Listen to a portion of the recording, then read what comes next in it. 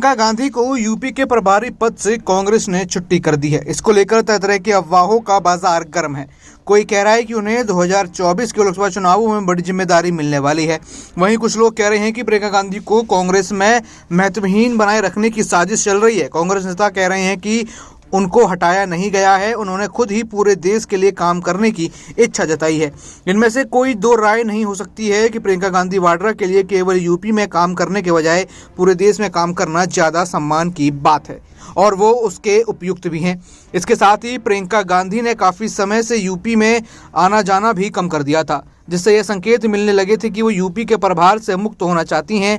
पर कांग्रेस में आज भी यूपी को मजबूत करने के लिए उनके जितने बड़े कद का कोई और नहीं है।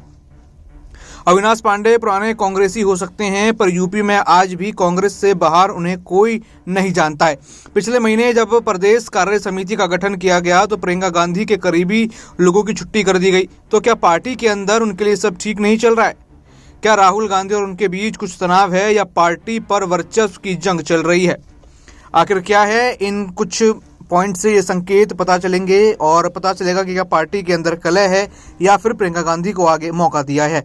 यूपी में प्रियंका के लाख प्रयासों के बावजूद कांग्रेस क्यों नहीं उठ पाई, इसके बारे में किसी पुराने नेता से पूछने पर बात आकर उनके निजी सचिव संदीप सिंह पर रुक जाती है। संगठन का ढांचा तय करने से लेकर प्रियंका से मुलाकात तक में उनके हस्तक्षेप के इतने किस्से सुनने को मिल जाएंगे कि आपको पहले यकीन नहीं होगा।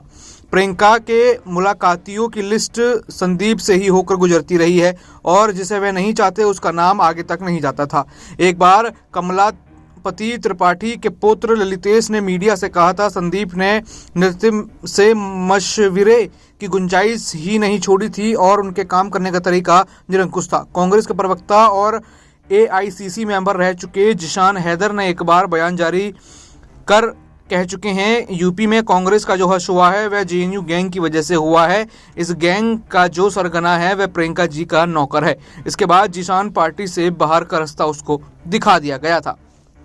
और यहाँ पर कहा जा रहा है कि ब्राह्मण वोटों को अविनाश पांडे यहाँ पर लेके आएंगे। जिस तरीके से राजस्थान में एक ब्राह्मण CM बनाने के बाद बीजेपी ने ब्राह्मण वोट बैंक पाने की कोशिश की है, वैसे ही प्रियंका गांधी को हटाकर पांडे को प्रभार देने के बाद ये लगता है कि ब्राह्मण वोट खिंच के चले आएंगे और यहाँ पर प्रियंका गांधी बाकी चीज़ों पर फोकस कर पाएंगी। और एक संशय बन गया है कि क्या प्रियंका गांधी इस बार चुनाव लड़ेंगी कि नहीं। हालांकि अब तक उन्होंने चुनाव लड़ने में कोई दिलचस्पी नहीं दिखाई है, लेकिन लगातार कयास लग रहे हैं कि इस बार वो वाराणसी से उतरेंगी।